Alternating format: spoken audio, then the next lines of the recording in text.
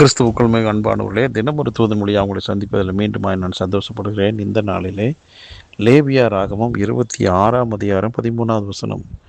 நீங்கள் எகிப்தியருக்கு அடிமைகளாய் இராதபடிக்கு நான் அவர்கள் தேசத்திலிருந்து உங்களை புறப்பட பண்ணி உங்கள் நுகத்தடிகளை முறித்து உங்களை நிமிர்ந்து நடக்க பண்ணின உங்கள் தேவனாகி கர்த்தர் என்று ஆண்டவர் இஸ்ரவேல் மக்களுக்கு சொல்லுகிற ஒரு நல்ல வார்த்தை.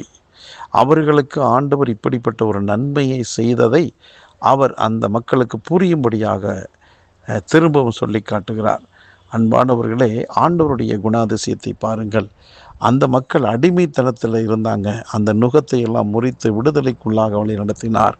இன்றைக்கும் இதை கேட்டுக்கொண்ட நம்முடைய வாழ்க்கையில் பல்வேறு விதங்களில் நுகம் நாம் எழும்பாதபடி சரியான வேகத்தில் நம்முடைய பயணம் இருக்காதபடிக்கு தடை செய்கிற எத்தனையோ விதமான நுகங்கள் நம்முடைய கழுத்தில் நம்முடைய வாழ்க்கையில் இருப்பதை நாம் பார்க்கிறோம். அது வியாதியாக இருக்கலாம், கடன் தொல்லையாக இருக்கலாம், நெருக்கடிகளாக இருக்கலாம்.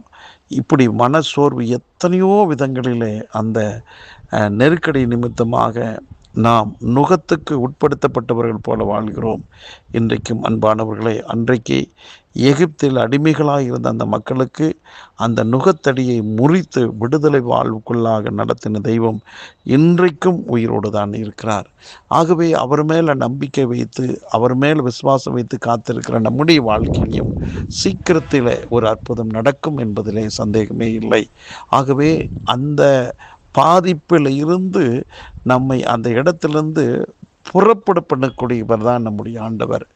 அது மட்டுமல்ல, மேற்கொண்டு எந்த பிரச்சனையும் இல்லாதபடிக்கு நாம் தலை நிமிர்ந்து நடக்க பண்ணக்கூடியவராக இருக்கிறார். ஆகவே எந்த பிரச்சனை நிமித்தமாக கலங்கி கொண்டிருக்கிறீர்களோ அந்த பிரச்சனையிலிருந்து அதிவிரைவில் நீங்கள் விடுதலையாக்கப்பட்டு மீண்டுமாய் தலை நிமிர்ந்து நடக்க பண்ணுகிற தெய்வம் உங்களுக்கு உதவி செய்வார்.